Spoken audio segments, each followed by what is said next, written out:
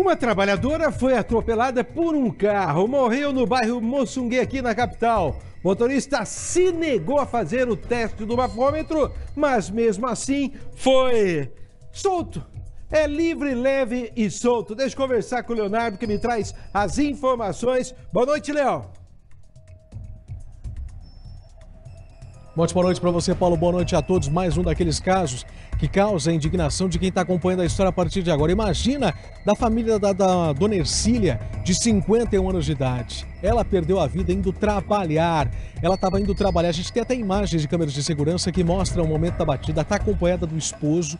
Era madrugada, finalzinho da madrugada, por volta das 5h30 da manhã deste final de semana, quando ela é surpreendida pelo motorista em alta velocidade. Ela é atropelada, os ferimentos são gravíssimos, o socorro é ter chamado, mas ela não resiste aos ferimentos e morre ali mesmo, né? Imagina, morreu ao lado do companheiro de anos, o marido dela. E o motorista, 19 anos de idade, estava em alta velocidade. E além disso, mais grave, segundo testemunhas, tinha sinais de embriaguez. Ele poderia estar bêbado, segundo o relato dessas testemunhas. Recusou fazer o teste do bafômetro, Paulo. Se apresentou na delegacia, mas saiu pela porta da frente. A mesma porta que ele entrou, ele saiu e vai responder, pelo menos a princípio, esse processo em liberdade, esse assassinato no trânsito em liberdade. A gente conversou com a família da dona Ercília, que, claro, está indignada, sem entender como que isso pode acontecer. Um assassinato no trânsito dessa forma, de uma trabalhadora, e o responsável por isso, está claro que foi ele que cometeu. As câmeras dizem, as testemunhas dizem, mas mesmo assim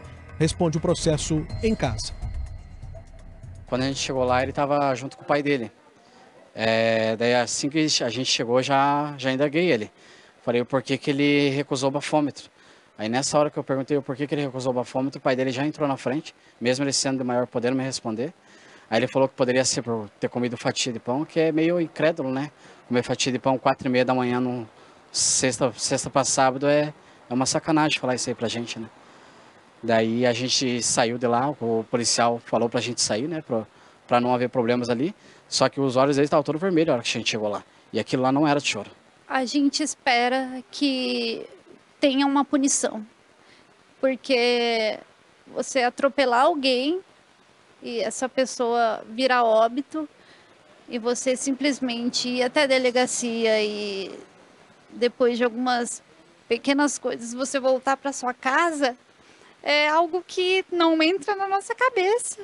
Ele foi para casa dele e a minha mãe nunca mais vai voltar para casa. Nunca, nunca, nunca.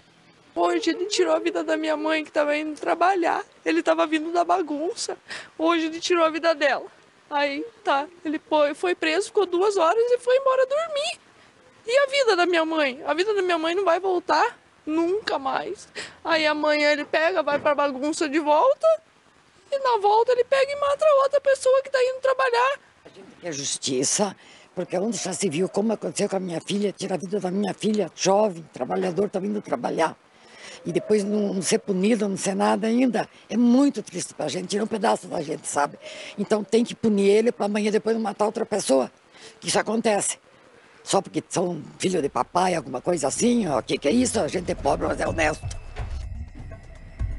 Um ponto importante e que causou ainda mais revolta da família, Paulo, foi aquilo que ele falou do pão de forma. Mas que história de pão é esse?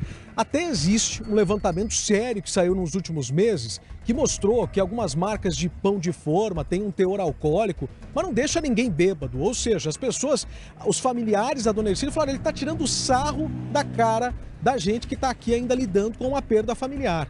A reportagem da RIC TV também conversou com o delegado responsável pela investigação, que explicou um pouquinho a respeito disso, né, desse ponto do inquérito, inclusive com o réu solto.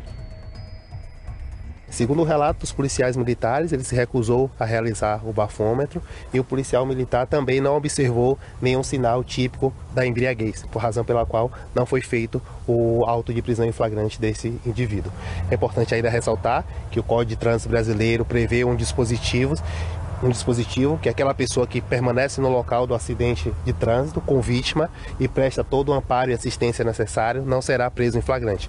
Isso não significa dizer que ele não vai responder por um procedimento. O inquérito policial já foi devidamente instaurado e vão tomar todas as providências necessárias para a conclusão do feito. Estamos na posse de mais sistema de monitoramento do local.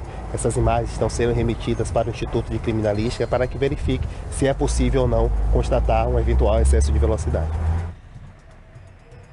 Tá aí, o delegado explicou o porquê desse motorista de 19 anos ter tido a liberdade, ou seja, não está atrás das grades, pelo menos neste primeiro momento, já que ele teria ficado no local ali para prestar socorro a princípio. Agora o restante vai ser investigado. Mas não é só isso, Paulo. Ele está respondendo em liberdade em casa, mas teve a carteira de habilitação cassada e teve que pagar uma multa de 2 salários mínimos, quase R$3.000. Deixa eu fazer uma pergunta para vocês que eu já fiz inúmeras vezes. A pessoa se envolve no acidente com morte. Pode vir aqui comigo. Ela se envolve no acidente com morte. Ela não deveria ser a primeira interessada em fazer o teste do bafômetro para afastar qualquer dúvida de que eventualmente estivesse embriagado ou não. Aí diz, não, mas comeu pão? Eu só espero que o pai desse motorista não tenha tido a falta de sensibilidade para entender que uma pessoa perdeu a vida, hein?